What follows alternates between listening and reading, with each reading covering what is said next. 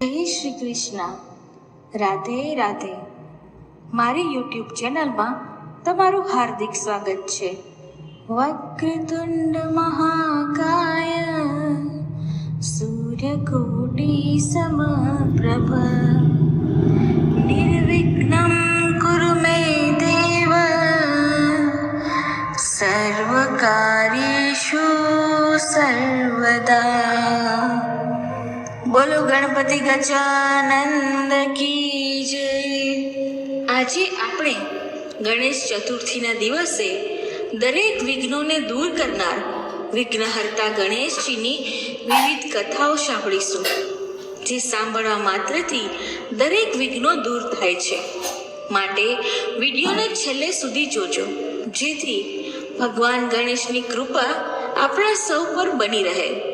જો તમને ભગવાન ગણેશ પ્રિય હોય તો કમેન્ટમાં જય શ્રી ગણેશ લખી એક લાઈક અવશ્ય કરજો. તો મિત્રો, ચાલો શરૂ કરીએ. હિન્દુ ધર્મમાં ભાદરવા શુક્લ પક્ષની ચતુર્થીના રોજ દેશભરમાં હર્ષો ઉલ્લાસ સાથે ગણેશ ચતુર્થીની શરૂઆત થઈ જાય છે. આ પર્વનો જશ્ન 10 દિવસ સુધી ઉજવવામાં આવે છે. ગણેશ ચતુર્થી પર ઢોલ નગારા સાથે ગણેશજીનું ભવ્ય સ્વાગત કરવામાં આવે છે અને ઘરમાં ભગવાન ગણેશની પ્રતિમા સ્થાપિત કરવામાં આવે છે. એની સાથે જ વિધિ વિધાનથી દરેક દિવસ પૂજા અર્ચના થાય છે. 10 દિવસ સુધી ધૂમધામથી ગણેશ ચતુર્થી ઉજવવામાં આવે છે અને અનંત ચૌદસના દિવસે ગણેશજીને વિદાય આપવામાં આવે છે. ગણેશ ચતુર્થીના દિવસે શુભ મુહૂર્તમાં ભગવાન ગણેશની મૂર્તિની સ્થાપના કરવાથી શુભ ફળ મળે છે અને ભક્તોની તમામ મનોકામનાઓ પૂર્ણ થાય છે. તેથી તમારે પણ ગણેશજીની સ્થાપના કરતી વખતે શુભ મુહૂર્તનું ખાસ ધ્યાન રાખવું જોઈએ. તમને જણાવી દઈએ કે આ વર્ષે ભગવાન ગણેશની મૂર્તિ સ્થાપિત કરવાનું શુભ મુહૂર્ત વૈદિક પંચાંગ અનુસાર આ વર્ષે ભાદરવો શુક્લ પક્ષની ચતુર્થીની શરૂઆત 7 સપ્ટેમ્બર સવારે 11:03 શરૂ થશે અને સપ્ટેમ્બરે બપોરે 1:34 પર સમાપ્ત થશે. માટે ઉદયાતિથિ પ્રમાણે 7 સપ્ટેમ્બરે ગણેશ ચતુર્થી ઉજવાશે. ત્યારે 10 દિવસ પછી અનંત ચૌદશ એટલે કે 17 સપ્ટેમ્બરના રોજ બાપ્પાની મૂર્તિનું વિસર્જન કરવામાં આવશે. આ શુભ સમયે તમે તમારા ઘરમાં ગણપતિ બાપ્પાની સ્થાપના કરી શકો છો. હિન્દુ ધર્મમાં ભગવાન શ્રી ગણેશ સૌપ્રથમ પૂજનીય દેવતા છે. કોઈ પણ શુભ કાર્ય શરૂ કરતા પહેલા વિધિ વિધાન મુજબ ભગવાન ગણેશની પૂજા કરવામાં આવે છે. માન્યતા અનુસાર જો ભગવાન ગણેશની પૂજા વિધિ પ્રમાણે કરવામાં આવે તો તે ભક્તોની પરેશાનીઓ દૂર કરે છે. શિવ પુરાણમાં એક કથા છે કે એકવાર માતા પાર્વતી સ્નાન કરવા માટે જઈ રહ્યા હતા. એ સમયે તેમણે પોતાના મહેલમાંથી એક બાળકને ઉત્પન્ન કર્યો અને ઘરનો પહેરેદાર બનાવીને એ બાળકને કહ્યું કે મારા આવતા પહેલા કોઈ ઘરમાં પ્રવેશ ના કરે. થોડી વાર પછી શિવજીએ જ્યારે ઘરમાં પ્રવેશ કરવા માંગ્યો તો બાળકે તેમને રોકી લીધા, જેના પર શિવજીએ ક્રોધિત થઈને બાળક સાથે ભયંકર યુદ્ધ કર્યું, પણ સંગ્રામમાં તેને કોઈ પરાજિત ન કરી શક્યું. તેથી ભગવાન શંકરે ગુસ્સામાં ત્રિશૂલથી એ બાળકનું માથું ધડથી અલગ કરી દીધું. જ્યારે માતા પાર્વતીએ આવીને જોયું તો તે ક્રોધિત થઈ ગયા અને તેમણે પ્રલય કરવાનું નક્કી કર્યું. ભયભીત દેવતાઓએ દેવઋષિ નારદની સલાહ પર જગદંબાની સ્તુતિ કરીને તેમને શાંત કર્યા. શિવજીએ એના ગણોને કહ્યું કે ઉત્તર દિશામાં જે કોઈ પણ પ્રાણી સૌથી પહેલા મળે તેનું માથું કાપીને લઈ આવો. ભગવાન શંકરના ગણોને એક હાથીનું બચ્ચું મળ્યું. શંકર ભગવાને શુંડ સહિત હાથીના બચ્ચાનું મસ્તક ગણેશજીના ધડ પર લગાવી દીધું અને ગણેશજીને જીવિત કર્યા. માતા પાર્વતીએ ખુશ થઈને એક ગજમુખ બાળકને પોતાના હૃદયે લગાવી લીધો. પણ તેમને એ વાતનું દુઃખ હતું કે લોકો તેમના બાળકને જોઈને મજાક ઉડાવશે. પણ શિવજીએ તેમને દેવતાઓમાં શ્રેષ્ઠ હોવાનો આશીર્વાદ આપ્યો. બ્રહ્મા, વિષ્ણુ, મહેશે એ બાળકને દેવતાઓના અધ્યક્ષના રૂપમાં જાહેર કરીને સૌ પહેલા પૂજવાનું વરદાન આપ્યું. ભગવાન શંકરે બાળકને કહ્યું, હે ગિરિજાનંદન, વિઘ્ન અવરોધોને નાશ કરવામાં તમારું નામ સર્વોપરી રહેશે. તમે સૌના પૂજ્ય બનીને મારા સમસ્ત ગણોના અધ્યક્ષ થઈ જાઓ. હે ગણેશ્વર, તું ભાદ્રપદ માસના કૃષ્ણ પક્ષની ચતુર્થીના રોજ ચંદ્રમાના ઉદિત થવા પર ઉત્પન્ન થયો છે. આ તિથિમાં વ્રત કરનારા બધા વિઘ્નોનો નાશ થઈ જશે અને તેને બધી સિદ્ધિઓ પ્રાપ્ત થશે. શ્રી ગણેશ ચતુર્થીનું વ્રત કરનારાઓની મનોકામના જરૂર પૂર્ણ થાય છે. ગણેશજીની વ્રત કથા મુજબ એક દિવસ ગણપતિ મહારાજ રિદ્ધિ સિદ્ધિ સહિત આકાશ માર્ગે કૈલાસ તરફ જવા નીકળ્યા. રસ્તામાં ચંદ્રલોક આવતા ચંદ્રએ ગણપતિને જોયા. ગણપતિજીનું મુખ અને પેટ જોઈને ચંદ્ર ખડખડાટ હસવા લાગ્યા અને તેની મશ્કરી કરવા લાગ્યા. આથી ગણપતિજીને ચંદ્ર પર ખૂબ ગુસ્સો આવ્યો અને તેને શ્રાપ આપતા બોલ્યા, ચંદ્ર, તું ખૂબ રૂપાળો છે, એની ના નથી, પણ એથી અભિમાનમાં આવી જઈ અન્યની મશ્કરી ન કરાય. આજે તે મારી મશ્કરી કરી છે, માટે હું તને શ્રાપ આપું છું કે આજે એટલે કે ભાદરવા સુદ ચોથના દિવસે કોઈ તારી સામું નહીં જુએ અને કદાચ કોઈ ભૂલે ચૂકે જોશે તો તેના પર અણધારી આફત આવશે. આ સાંભળી ચંદ્ર ધ્રુજી ઉઠ્યા. તે બીકના માર્યા કમળમાં છુપાઈ ગયા. ચારે કોર અંધકાર છવાતા હાહાકાર મચી ગયો. સ્વર્ગના દેવો બ્રહ્માજી પાસે જઈ ચંદ્રના શ્રાપનું નિવારણ પૂછવા લાગ્યા. બ્રહ્માજી બોલ્યા કે ગણપતિજીનો શ્રાપ કદી મિથ્યા જતો નથી, છતાં પણ હું તમને એના નિવારણનો ઉપાય બતાવું છું. સાંભળો. થોડા દિવસ પછી ભાદરવો મહિનો આવશે. એ મહિનામાં સુદ એકમથી સુદ ચોથ સુધી ચંદ્રએ એ વ્રત કરવાનું રહેશે કે ગણપતિજીની કોઈ પણ ધાતુની કે પંચ ધાતુની મૂર્તિ બનાવી તેની સ્થાપના કરવી. પછી વિધિવત તેની પૂજા કરવી. નૈવેદ્યમાં લાડુ ધરાવવું. સાંજે ગણપતિજીની મૂર્તિને વાજતે ગાજતે નદી કાંઠે લઈ જઈ જળમાં પધરાવી દેવી. આ દિવસે બ્રાહ્મણોને જમાડી યથા યોગ્ય દાન દક્ષિણા આપવામાં આવે તો ગણપતિજી રીઝે અને ચંદ્રને શ્રાપમાંથી મુક્તિ મળે. ભાદરવો મહિનો બેસતા જ ચંદ્રએ ગણપતિજીની સ્થાપના કરી ગણેશ ચોથનું વ્રત કરવા માંડ્યું. ચંદ્રએ વિધિવત પૂજા કરી, પ્રાર્થના કરી કે ગજાનન, મારાથી ભૂલમાં જે કાંઈ બોલાઈ ગયું છે તે કૃપા કરીને ભૂલી જાઓ અને ક્ષમા કરો. હવે આવી ભૂલ નહીં કરું. તમે દયાળુ છો, કૃપા કરીને મને શ્રાપમાંથી મુક્ત કરો. ગણપતિ ચંદ્રની ભક્તિથી ખુશ થયા.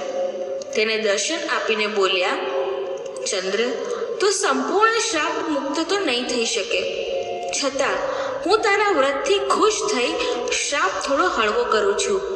જો કોઈ પણ વ્યક્તિ ભાદરવા સુદ બીજના ચંદ્રના દર્શન કરી પછી ચોથના દર્શન કરશે તો તેને કોઈ સંકટ નહીં આવે, પણ ભાદરવા સુદ ચોથના એકમાત્ર દર્શન કરશે તો તેને કલંક લાગશે. વળી આ કલંકને દૂર કરવા માટે કોઈ ગણેશ ચોથનું વ્રત કરશે તો હું તેના પર પ્રસન્ન થઈ તેને સંકટમાંથી મુક્ત કરીશ. હે ગણપતિ દાદા, તમે ચંદ્રને ફળ્યા તેવા સૌને ફળજો. ચાલો જાણીએ કે ગણપતિજીને દુર્વા કેમ ચડાવવામાં આવે છે. દુર્વા એક પ્રકારનું ઘાસ છે જે ગણેશજીની વિશેષ અર્પણ કરવામાં આવે છે. ગણેશજી અને દુર્વાનો સંબંધ અંગે અનલાસુર નામના અસુરની કથા પ્રચલિત છે. કથા પ્રમાણે તમામ દેવતા અને મનુષ્ય અનલાસુરના આતંકથી કંટાળી ગયા હતા. ત્યારે દેવરાજ ઇન્દ્ર તમામ દેવી દેવતા અને પ્રમુખ ઋષિ મુનિઓ મહાદેવ પાસે પહોંચ્યા હતા. શિવજીએ કહ્યું કે આ કામ માત્ર ગણેશજી જ કરી શકે છે. ત્યારબાદ તમામ દેવી દેવતા અને પ્રમુખ ઋષિ મુનિઓ ગણેશજી પાસે પહોંચ્યા હતા. દેવી દેવતા અને તમામ પ્રાણીઓની રક્ષા કરવા માટે ગણેશજી અનલાસુરથી યુદ્ધ કરવા પહોંચ્યા. ત્યારે બંને વચ્ચે ઘમાસાન યુદ્ધ થયું હતું. અનલાસુર પરાજિત નહોતો થઈ રહ્યો. ત્યારે ગણેશજી તેને પકડી ગળે ઉતારી દીધો. ત્યારબાદ ગણેશજીને પેટમાં બળતરા થવા લાગી. ગણેશજીના પેટની બળતરા શાંત કરવા માટે કશ્યપ ઋષિએ દુર્વાની 21 ગાંઠો બનાવી અને ગણેશજીને તેનું સેવન કરવાનું જણાવ્યું. દુર્વા ગ્રહણ કરતા જ તેમના પેટની બળતરા શાંત થઈ ગઈ. ત્યારથી જ ગણેશજીને દુર્વા ચડાવવાની પરંપરા શરૂ થઈ. હવે જાણીએ કે ગણપતિજી, લક્ષ્મીજી અને સરસ્વતીજી એક સાથે કેમ પૂજાય છે.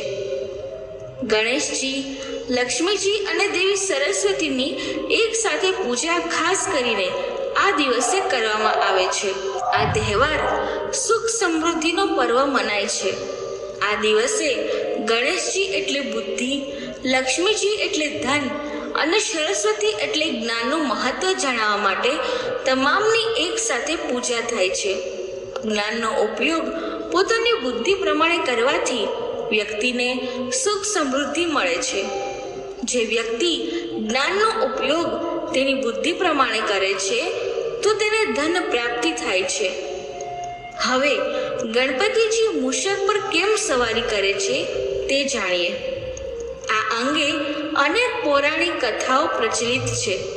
તેમાંથી સૌથી વધુ પ્રચલિત કથા પ્રમાણે પ્રાચીન સમયમાં એક અસુર મૂષકના સ્વરૂપે પારાશર ઋષિના આશ્રમમાં પહોંચી ગયો હતો અને તેણે આખો આશ્રમ કોતરીને નષ્ટ કર્યો હતો. આશ્રમમાં તમામ ઋષિઓએ ગણેશજીને પ્રાર્થના કરી કે મૂષકના આતંકનો અંત લાવે. ત્યારે ગણેશજી આશ્રમમાં પ્રગટ થયા. તેમણે મૂષકને વશમાં કરવાના ઘણા પ્રયત્નો કર્યા, પરંતુ મૂષક કાબૂમાં આવ્યો નહીં. છેલ્લે ગણેશજીએ પાસ ફેંકીને મૂષકને કેદ કર્યો. ત્યારે મૂષકે ગણેશજીને મૃત્યુદંડ ન આપવા પ્રાર્થના કરી. ગણેશજીએ તેની પ્રાર્થના સ્વીકારી અને વરદાન માંગવા કહ્યું. મૂષકનો સ્વભાવ કુતુર્ક હોય છે. મૂષકે કહ્યું, મને કાંઈ નથી જોઈતું, તમે જ કંઈ માંગો. ત્યારે ગણેશજી તેના કુતર્ક પર હસ્યા અને કહ્યું કે તું મને કંઈ આપવા જ માંગે છે તો મારું વાહન બની જા.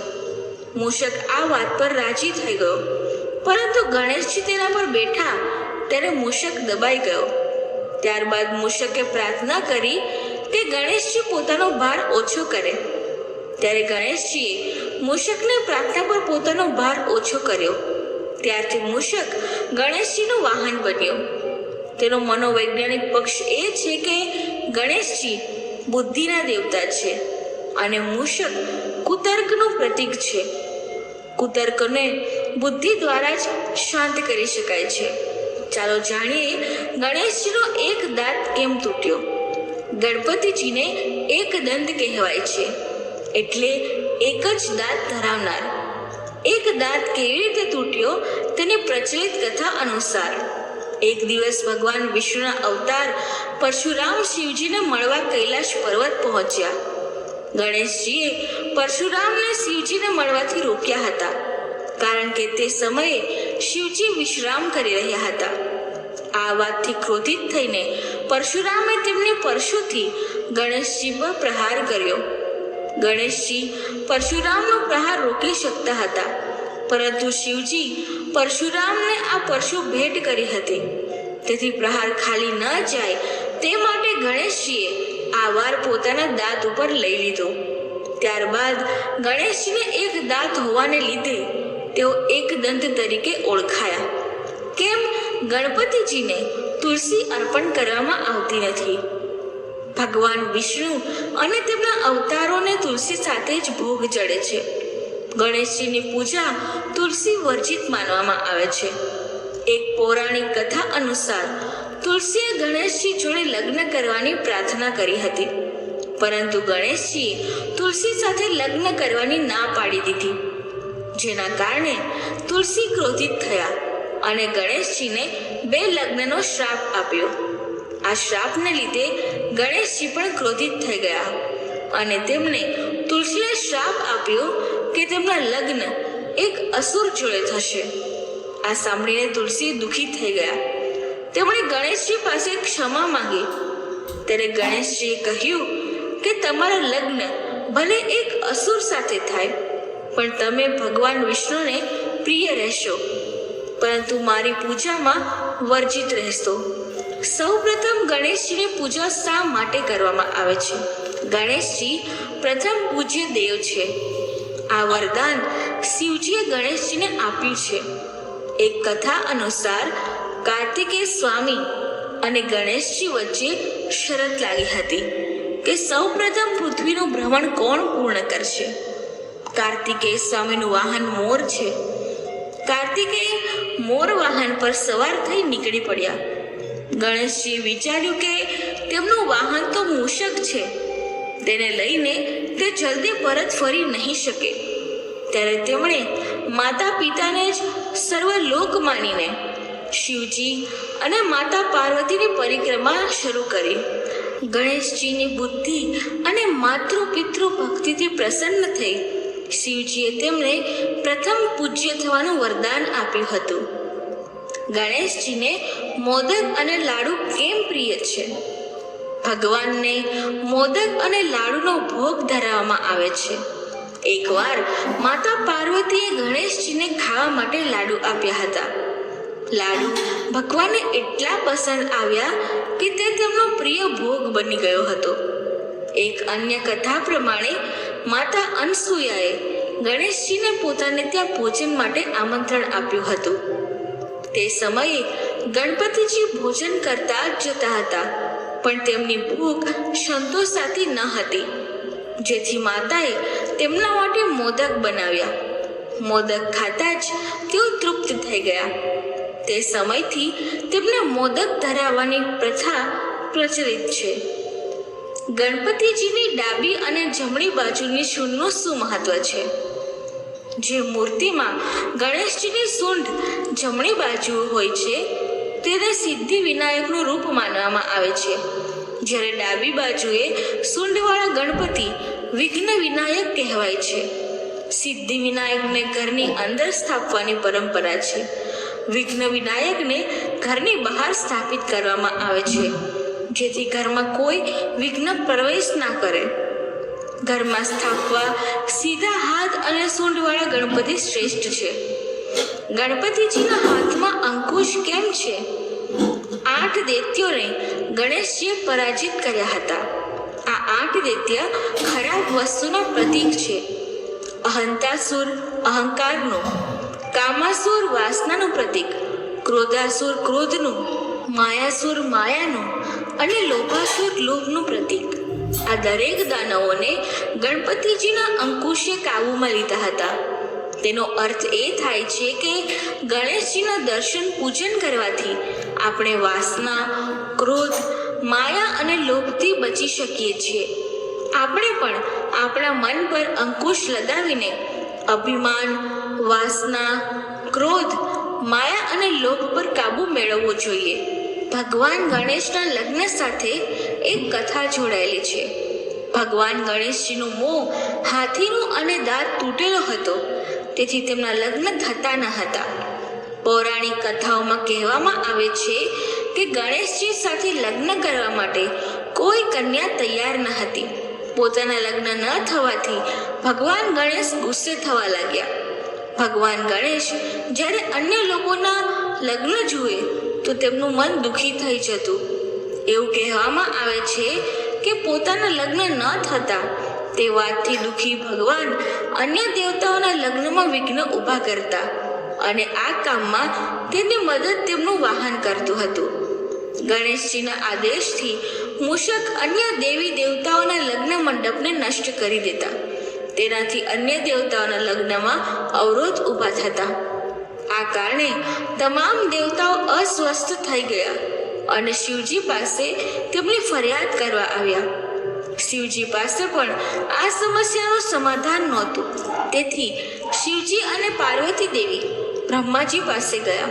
તેઓ યોગમાં લીન હતા, પરંતુ થોડી વારમાં 2 યોગ કન્યા પ્રગટ થઈ. તેમનું નામ રિદ્ધિ અને સિદ્ધિ હતું. આ બંને બ્રહ્માજીની માનસ પુત્રી હતી. બંને પુત્રી સાથે બ્રહ્માજી ગણેશજી પાસે પહોંચ્યા. તેમણે બંનેને શિક્ષા આપવા કહ્યું. આ વાત માટે ગણેશજી પણ તૈયાર થઈ ગયા. જ્યારે પણ ગણેશજી પાસે કોઈના વિવાહની સૂચના આવતી તો રિદ્ધિ અને સિદ્ધિ તેમનું ધ્યાન ભટકાવતી અને લગ્ન સુખરૂપ પાર પાડતા. એક દિવસ ભગવાન ગણેશ આ બધું જ સમજી ગયા. જ્યારે મૂષકે પણ ભગવાન ગણેશને કહ્યું કે દેવતાઓના લગ્ન અવરોધ વિના પૂર્ણ થયા છે, ત્યારે ગણેશજી ગુસ્સે થયા. તે સમયે બ્રહ્માજી રિદ્ધિ સિદ્ધિ સાથે પ્રગટ થયા અને તેમની બંને માનસ પુત્રીઓ સાથે લગ્ન કરવાનો પ્રસ્તાવ ગણેશજી સમક્ષ મૂક્યો. આ રીતે ગણેશજીના લગ્ન રિદ્ધિ અને સિદ્ધિ સાથે થયા. હિન્દુ ધર્મમાં તમામ દેવતાઓનો પોતાનું આગવું મહત્વ અને સ્થાન છે. મા લક્ષ્મીને ધનની દેવી કહેવામાં આવે છે. ભગવાન કુબેરને ધન અને સમૃદ્ધિના દેવતા માનવામાં આવે છે. અને આ તમામ દેવતાઓમાં ભગવાન શ્રી ગણેશજીનું સ્થાન પહેલું છે. શ્રી ગણેશને પ્રથમ પૂજવામાં આવે છે. તેમણે કરેલા ચમત્કારની કથાઓ દરેક ભક્તો જાણતા જ હોય છે. અને આજે આવી જ એક દંતકથા અહીં જણાવવા જઈ રહ્યા છીએ. જ્યારે ભગવાન કુબેરને તેમની અઢળક સંપત્તિ પર ઘમંડ હતો, ત્યારે ગણેશજીએ કેવી રીતે તેમનું અભિમાન તોડી નાખ્યું હતું. આવો જાણીએ આ ભક્તિ કથાનો મહિમા. આ દંતકથા અનુસાર એકવાર કુબેરને એ હકીકત પર અહંકાર થયો કે તેની પાસે 3 લોકમાં સૌથી વધુ સંપત્તિ છે. પોતાની શ્રીમંતાઈ બતાવવા માટે કુબેરે બધા દેવતાઓને પોતાના ઘરે તહેવારમાં આવવા નિમંત્રણ આપ્યું. સૌપ્રથમ કુબેર આમંત્રણ લઈને કૈલાશ પહોંચ્યા, જ્યાં તેમણે ભગવાન શિવને તેમના પરિવારને ભોજન સમારંભ માટે આવવા આમંત્રણ આપ્યું. કુબેરની આ મનસા ભગવાન શિવ જાણી ગયા હતા. તેના આમંત્રણ પર શિવજીએ કહ્યું કે તેમની જગ્યાએ તેમનો પુત્ર ગણેશ અવશ્ય આવશે. પર્વમાં કુબેરે સોના અને ચાંદીના થાળીઓમાં વાનગી પીરસી. બધા દેવતાઓ ભોજન કર્યા પછી ત્યાંથી ચાલ્યા ગયા. આ પછી ગણેશજી પધાર્યા. કુબેરે ગણેશજીને ભોજન પીરસ્યું. ગણેશજી જમવા લાગ્યા. ઘણા સમય સુધી ગણેશજી જમતા ગયા અને કુબેરનો અન્ન ભંડાર ખાલી થવા લાગ્યો, પણ ગણેશજીનું પેટ ન ભરાયું. કુબેરની પાસે જે હતું બધું જ તેણે ગણેશજીને આપ્યું. બાદમાં ગણેશજી કુબેરના મહેલની વસ્તુઓ ખાવા લાગ્યા. આનાથી કુબેર ગભરાઈ ગયા. આ ઘટનાથી કુબેરને તેના ઘમંડનો અહેસાસ થયો અને ભગવાન ગણેશજીની માફી માંગવા લાગ્યા. ત્યારે ગણેશજીએ તેને માફ કરી દીધો અને સારી બુદ્ધિ આપી. એક વખત મહર્ષિ વેદવ્યાસજીની સન્મુખ બ્રહ્માજીનું પ્રાગટ્ય થયું. બ્રહ્માજીએ મહર્ષિ વેદવ્યાસજીને કહ્યું કે તમે એવા ગ્રંથની રચના કરો કે જેમાં સમગ્ર વેદોનો તથા શાસ્ત્રોનો સાર સમાવિષ્ટ થઈ જાય. ત્યારે વેદવ્યાસજીએ ધ્યાનમગ્ન થઈ ઘણી તપસ્યા કર્યા કરી અને પછી એક જ્ઞાન ગ્રંથની રચના કરવાની ઈચ્છા તેમને થઈ. તેઓ મનોમન ચિંતન વિચાર કરવા લાગ્યા કે મેં એક શ્રેષ્ઠ ગ્રંથ વિચાર્યો છે અને તેનું નામ છે મહાભારત. આ મહાભારત ગ્રંથની રચના કરવાની મારી ઈચ્છા છે. આ ગ્રંથમાં વેદોનો સાર સમાવિષ્ટ થઈ જશે, પણ મારી મતિ કુંઠિત થઈ છે.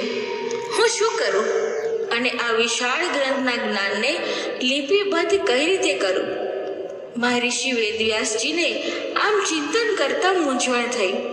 ત્યારે બ્રહ્માજીએ મહર્ષિને લોક કલ્યાણની ભાવના જોઈ ભગવાન વેદવ્યાસજી સમક્ષ પ્રગટ થયા અને કહ્યું કે કાવ્યસ્ય લેખનાર્થાય ગણેશ સન્મૃત્યાય મુને, અર્થાત તમે ભગવાન ગણેશજીનું સ્મરણ કરો અને ભગવાન ગણેશ લહ્યા બને તો તમે આ કાર્ય નિર્વિઘ્ને સંપન્ન કરી શકશો. ભગવાન વેદવ્યાસજીએ ગણેશજીનું સ્મરણ કર્યું અને ભક્ત વાત્સલ્ય ગણેશજીનું પ્રાગટ્ય થયું. ત્યારે ભગવાન ગણેશજીએ વેદવ્યાસજીને કહ્યું કે હું તમારા ઉપર અત્યંત પ્રસન્ન છું, તમે કંઈક માંગો. ત્યારે વેદવ્યાસજીએ કહ્યું, મારે જય સંહિતા કહેતા મહાભારત ગ્રંથ રચવાની ઈચ્છા છે. આ ગ્રંથમાં કુશળ લહ્યા તરીકેની જે ભૂમિકા છે તે આપ નિભાવો તેવી મારી આપની સમક્ષ ઈચ્છા તેમજ પ્રાર્થના છે. ત્યારે ગણેશજીએ કહ્યું કે હું લહ્યો બનું, પણ મારી એક શરત છે કે તમારે અટકવાનું નહીં. જો તમારી વાણી અટકી ગઈ તો હું આગળ લખી શકી નહીં. ત્યારે વેદવ્યાસજીએ કહ્યું કે મારી પણ એક શરત છે કે હું બોલું અને મારા શબ્દો સમજ્યા વિચાર્યા વગર તમારે લખવા નહીં.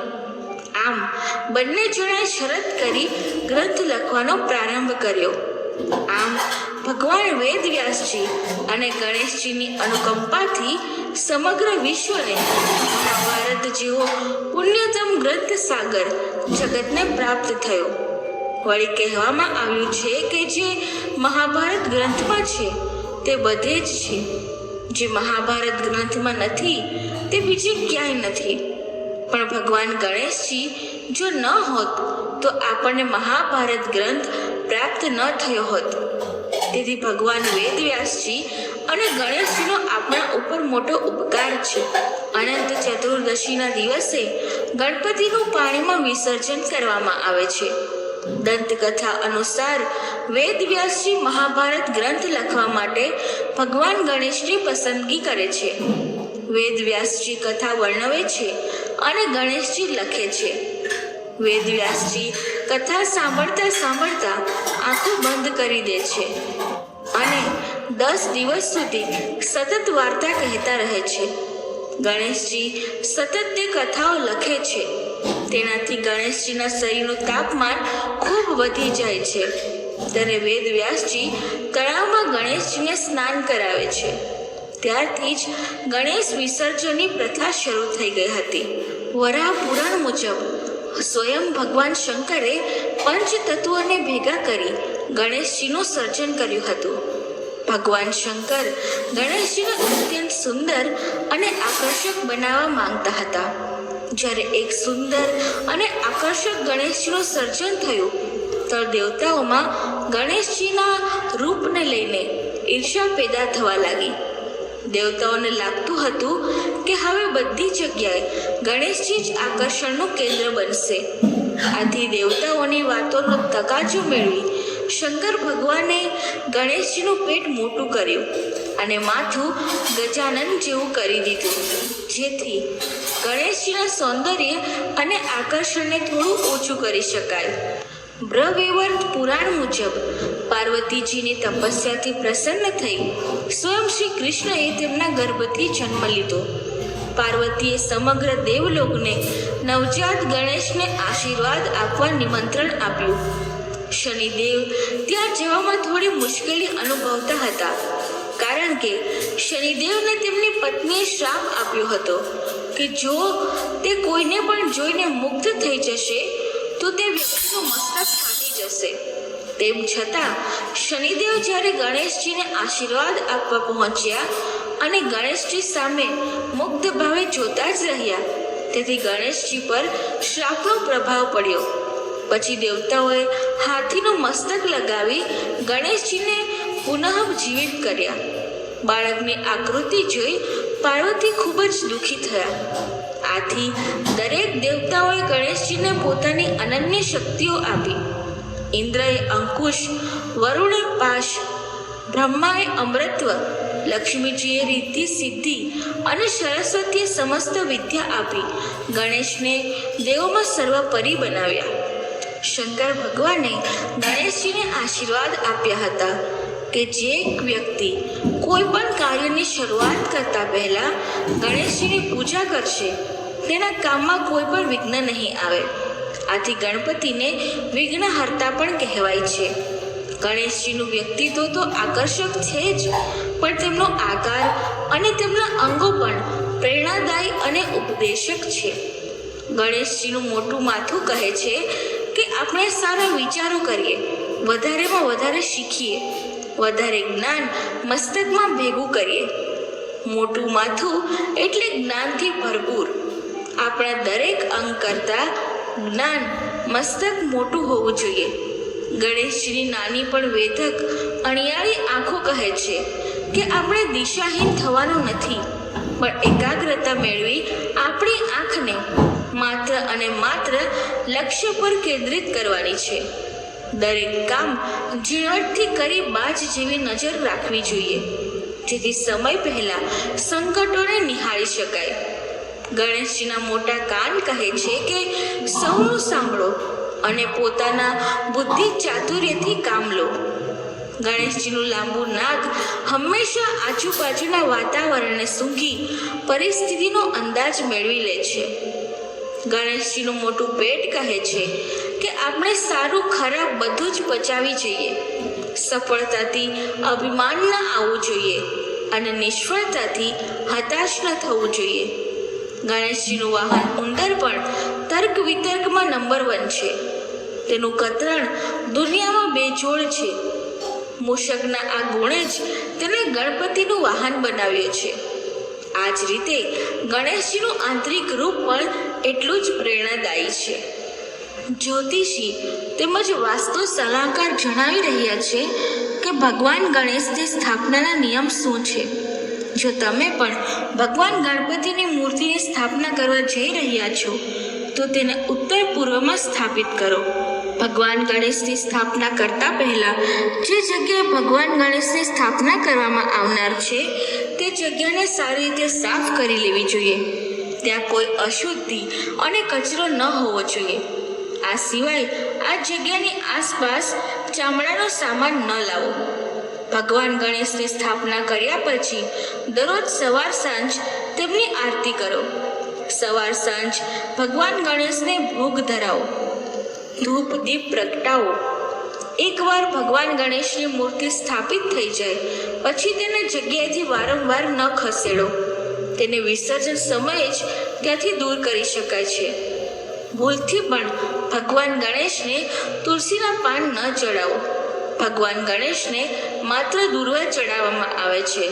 ભગવાન ગણેશની સ્થાપના કરતી વખતે કોઈના મનમાં ખરાબ ભાવના ન હોવી જોઈએ અને ન તો આ દિવસોમાં કોઈ ખોટું કામ કરવું જોઈએ.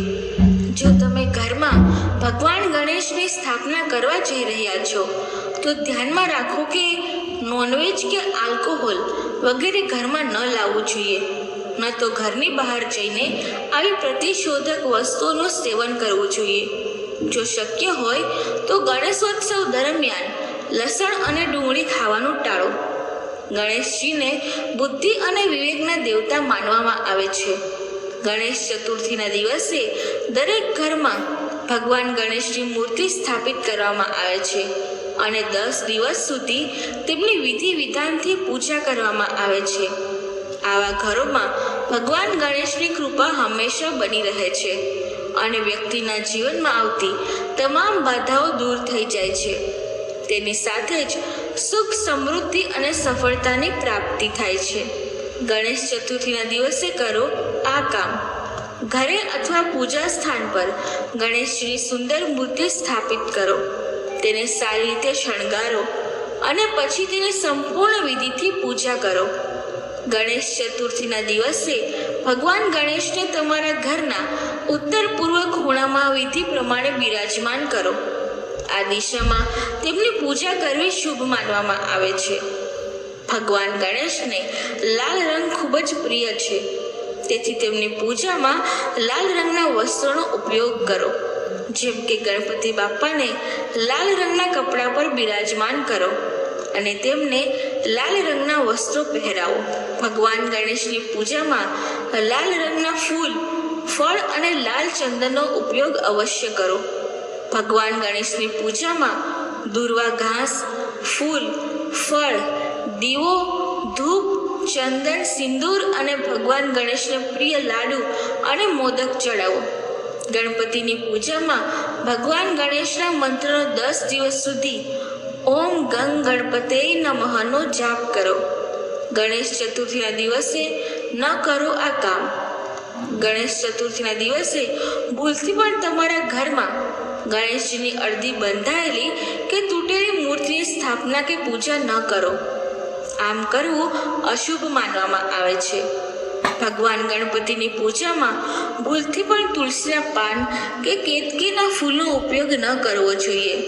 માન્યતા અનુસાર આવું કરવાથી પૂજાનું ફળ મળતું નથી. ગણેશ ચતુર્થીના દિવસે ઉપવાસ અને પૂજા કરનાર વ્યક્તિએ શરીર અને મન શુદ્ધ રહેવું જોઈએ અને બ્રહ્મચર્યનું પાલન કરવું જોઈએ. ગણેશ ચતુર્થીના દિવસોમાં ભૂલથી પણ તામસિક વસ્તુઓનું સેવન ન કરવું જોઈએ. ગણેશ ચતુર્થી દરમિયાન પરિવારના સભ્યો સાથે ગુસ્સો, વિવાદ કે ઝઘડો ન કરવો જોઈએ. પૂજા વિધિ. ગણેશ ચતુર્થીની પૂજામાં આસન સ્વચ્છ અને શાંત જગ્યાએ રાખો અને ભગવાન ગણેશની મૂર્તિ અથવા ચિત્ર સ્થાપિત કરો. ગંગાજળથી મૂર્તિને શુદ્ધ કરો. ત્યારબાદ ભગવાન ગણેશને રોલી, ચંદન અને ફૂલોથી શણગારો. તેના સૂંઢ પર સિંદૂર લગાવો અને દૂર્વા ચડાવો. ત્યારબાદ ઘીનો દીવો અને ધૂપ પ્રગટાવો. ભગવાન ગણેશને મોદક અને ફળ અર્પણ કરો. પૂજાના અંતે ભગવાન ગણેશની આરતી કરીને અને ઓમ ગંગ ગણપતે નમઃ મંત્રનો જાપ કરીને ભગવાન ગણેશ પાસેથી તમારી ઈચ્છાઓ માંગો. બોલો ગણપતિ બાપ્પા કી જય. મિત્રો, કથા બોલતી વખતે જો મારાથી કોઈ ભૂલ થઈ હોય તો હું માફી માંગુ છું અને આશા રાખું છું કે તમને આ કથા પસંદ આવી હશે. જો તમને આ કથા પસંદ આવી હોય તો વિડીયોને લાઈક કરી ચેનલને સબસ્ક્રાઈબ જરૂરથી કરજો અને કમેન્ટ બોક્સમાં ઓમ ગંગ ગણપતે નમઃ જરૂરથી લખજો. ત્યાં સુધી જય શ્રી કૃષ્ણ. રાધે રાધે. ઓમ નમઃ શિવાય. જય શ્રી ગણેશ.